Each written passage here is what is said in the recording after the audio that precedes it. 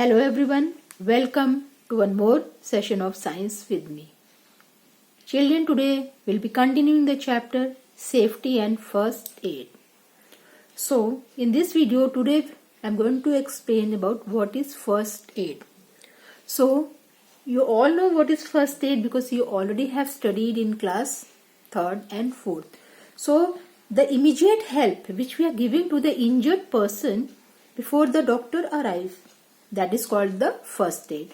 So, the first or immediate help given to an injured person before he or she is taken to the hospital, that is the first aid. Now, the first aid given to the person, those who got a small cut and scratches, fractures, burns, nosebleeds, sprain and animal bites. Now, the first aid for cuts and scratches. So children, you know most cuts and scratches heal on their own in a few days, right? But however we can follow some certain steps are there, okay? So to ease the pain and avoid infection. So what we have to do? Okay, for the small cut and scratches, the first aid which is given to the patient, that is the first of all, we should clean the wound with running water to remove dirt. Okay, so clean the wound with running water to remove the dirt. After then, apply an antiseptic cream and cover it with a clean and dry gauze or bandage. So antiseptic means something that kills germs. Okay, so apply an antiseptic cream and cover the wound with a clean and dry gauze or bandage. So this was the first aid given for cut and scratches. Now the second first aid given to the fractured person. Okay. So what is a fracture? A break or crack in a bone is called a fracture. So it's very important to, children, to not move the fractured part. Okay.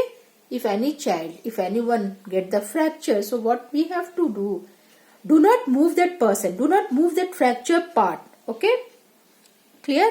So do not move the fractured part, and you can take a magazine that time, okay, a piece of wood, or you can take a cardboard or a pillow and tie it around it for the support, right? So children, this act as a splint.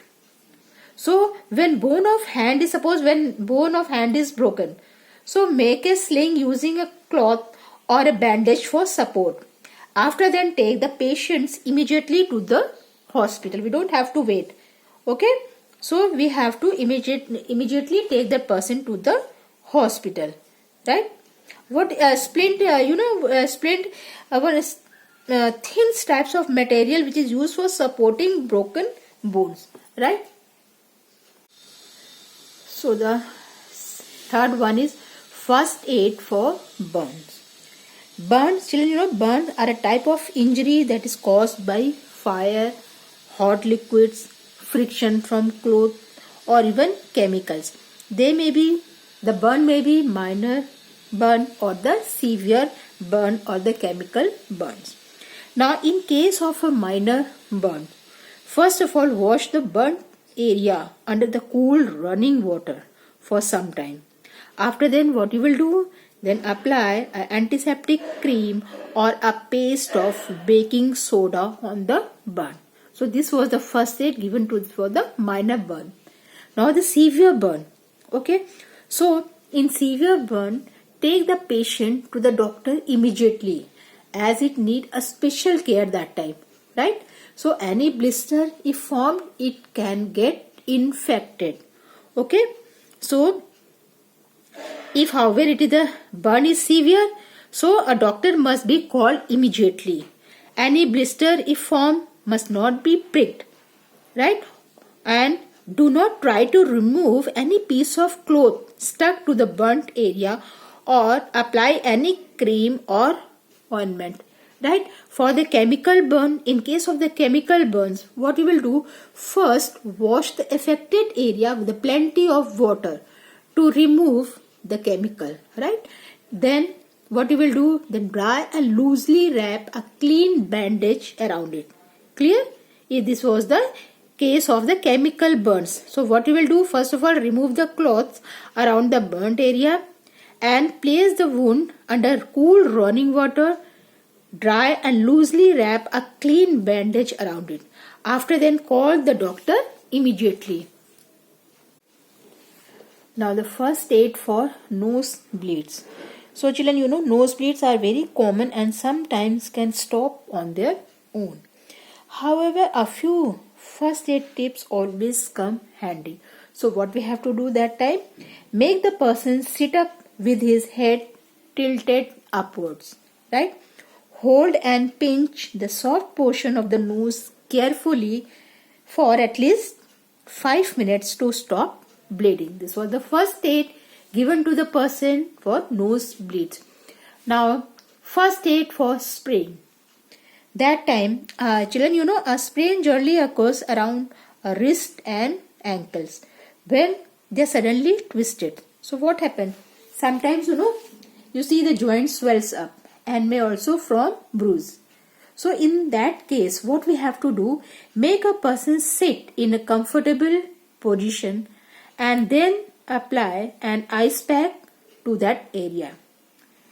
However, do not apply the ice directly that time. Okay, so don't apply the ice directly, and then what you will do, then carefully bandage the swollen area to limit the movement. Okay, so use a ice pack to reduce the swelling, and some pain relieving ointment can be used to get relief from pain. An elastic bandage wrapped around the joint gives support to the joint and prevents movement, right? The person should be made to rest, keeping the sprained area above the position of the heart while lying down. So this was the first aid given for the sprain. Now the first aid for animal bites. So children, you know, animal bites are commonly caused by the pets such as the cats and dogs. These bites can cause a disease that is called a rabies. So in case of animal bite like dog bite, so what we have to do, wash the bitten part with soap and water to wash away germs. After then, apply an antiseptic cream on the wound. This would prevent infection. After then, take the victim to the doctor immediately. The doctor may give anti-rabies injection, right? First aid for snake bites.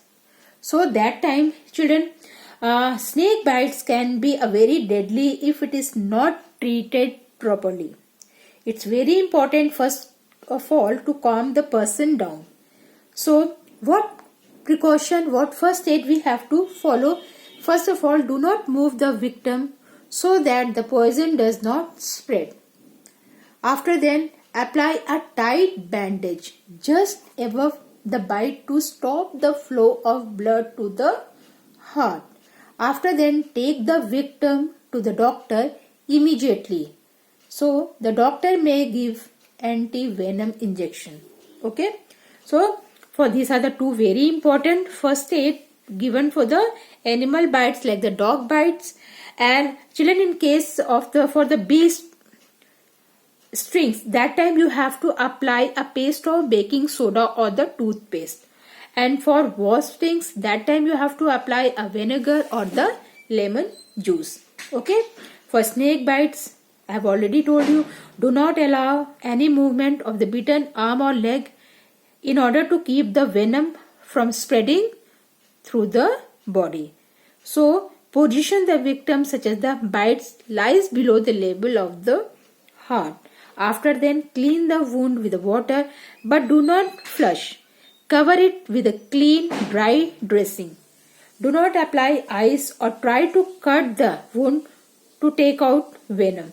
Take the victim to the hospital immediately. Okay, don't try to do anything.